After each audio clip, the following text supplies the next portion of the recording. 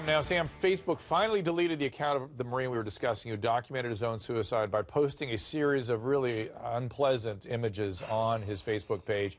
Facebook says they don't remove content that could be a public cry for help, no matter how grisly. You get it?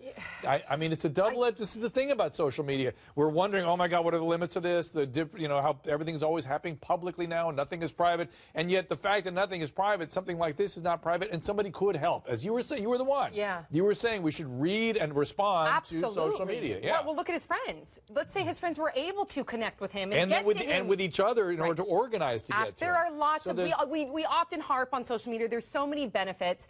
One of them is to be aware of symptoms and to be there for your friends and take note and have support groups. So there are a lot of things to also be positive about. And the majority of you on our Facebook page agreed, saying if Daniel had been found in time, we'd be sitting here praising Facebook and not wondering why they didn't take things down sooner. Yes. Joining me to discuss, Dr. Dan Reidenberg. He's director of SAVE, Suicide Awareness Voices of Education.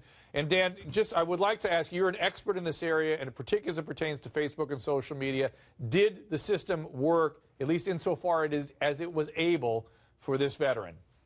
Absolutely, it worked. It did what it was supposed to do, which was provide an opportunity for people to connect, and that's exactly what they did.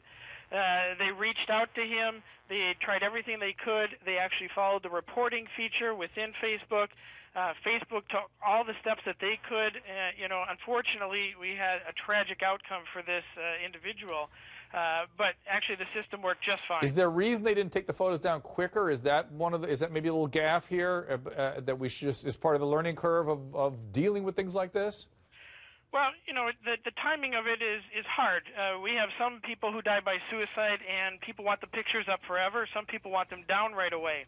And the timing of when he was found versus when they were taken down also makes a difference. So whether it was not quick enough, those are all things that we're looking at and how we could make it happen sooner to protect other people, because we really want to protect against contagion.